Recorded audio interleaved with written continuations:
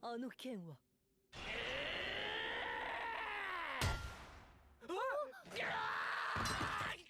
Who are your parents? I'm gonna call Child Protective Services. It's time to stop! Before we talk about anything else, I want to say some things up front. For starters, overrated doesn't mean bad. Something that's overrated can be bad, but the terms are not synonymous. Overrated in this context is referring to anime that are held in regard far higher than they deserve, which I realize sounds negative, but it isn't. If people believe an anime is the best of all time and it's overrated, it can still be pretty good. Also, I'm not even saying that all these anime are bad. In fact, I'm a fan of 50% of them, maybe even 75% depending on my mood.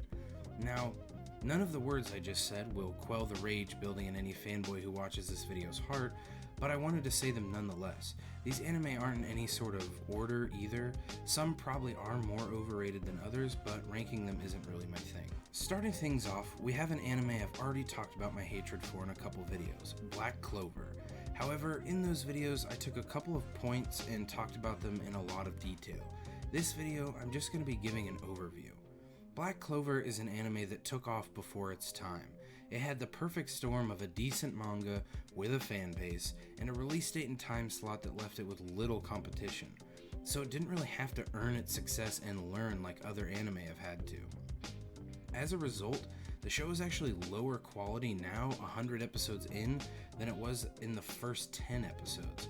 Keep in mind as well, Black Clover is not an original show.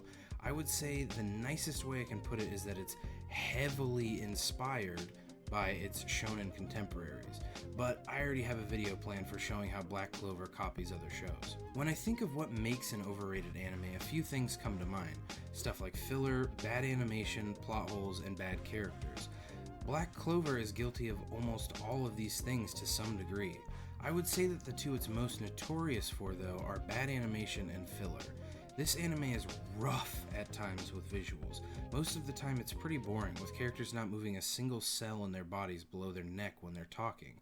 But it gets genuinely bad at times as well. I'm just going to use the most well-known example from the show, which is Asta's fight with Ladaros. Should have been an awesome moment. But even during this momentous fight scene, they chose to cut back in order to save money. Filler is something many anime are guilty of doing. Most of them try to be sneaky about it and use in-episode filler techniques like flashbacks or showing you 10 characters giving the same reaction. Don't get me wrong, Black Clover absolutely does this, more so than any other anime right now, but it also commits one of anime's biggest no-nos and has full episode filler. A relic from the past where anime would have entire episodes that had nothing to do with anything and were just made ahead of time, usually being of worse quality as well. So even though Black Clover has been cutting corners and saving money from the start, they still think it's okay for them to do full episode filler. That is why Black Clover is not only a very overrated anime, but also a bad anime. Next up, let's talk about an anime I'm sure nobody expected me to call out, which is Konosuba. A winter 2016 anime that really took the fuck off after a while, and I mean really took off. It currently resides in the top 50 for popularity on my anime list, which is nothing to scoff at. Now, this is obviously all subjective, but this pick is especially subjective. I understand what this anime was going for. Late 2016 was a time where isekai anime wasn't as oversaturated as it is now, and even then they were trying to do something different. Respect where it's due, that was a cool move by the showmakers, and again, remember that saying a top 50 ranked anime is overrated still leaves a lot of room for it to be good. Isekai anime can be very formulaic in their approach to storytelling. A huge percentage of the genre can be summed up with random guy goes to new world and becomes the best guy. Konosuba wanted to stay away from that formula, instead opting for a main character who wasn't the chosen one or insanely overpowered, but rather a loser who got played for laughs. Unfortunately, in my opinion, this fell a little flat. Too many episodes of the show play out the same way, with Kazuma either being a weird pervert or in a situation way over his head. For a frontrunner in the comedy isekai vein, I think this anime deserves praise, but I don't believe it's top 50 worldwide praise.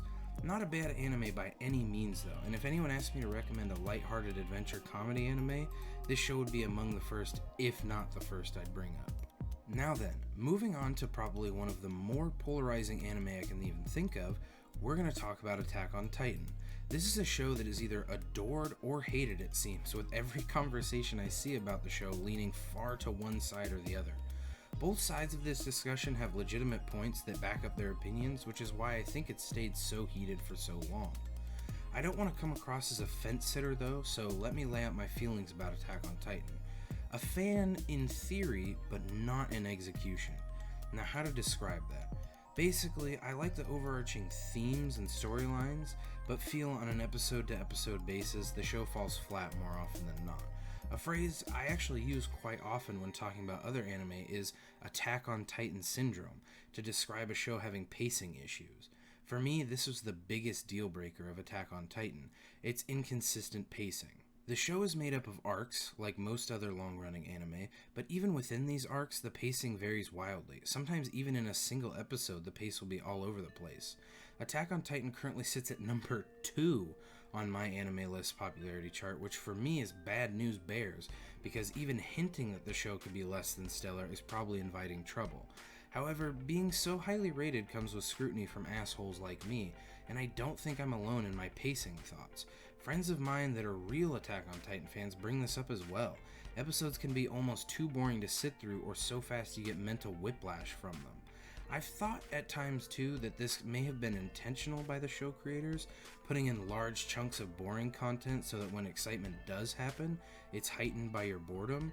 And a few years ago, I may have given the team of Attack on Titan the benefit of the doubt.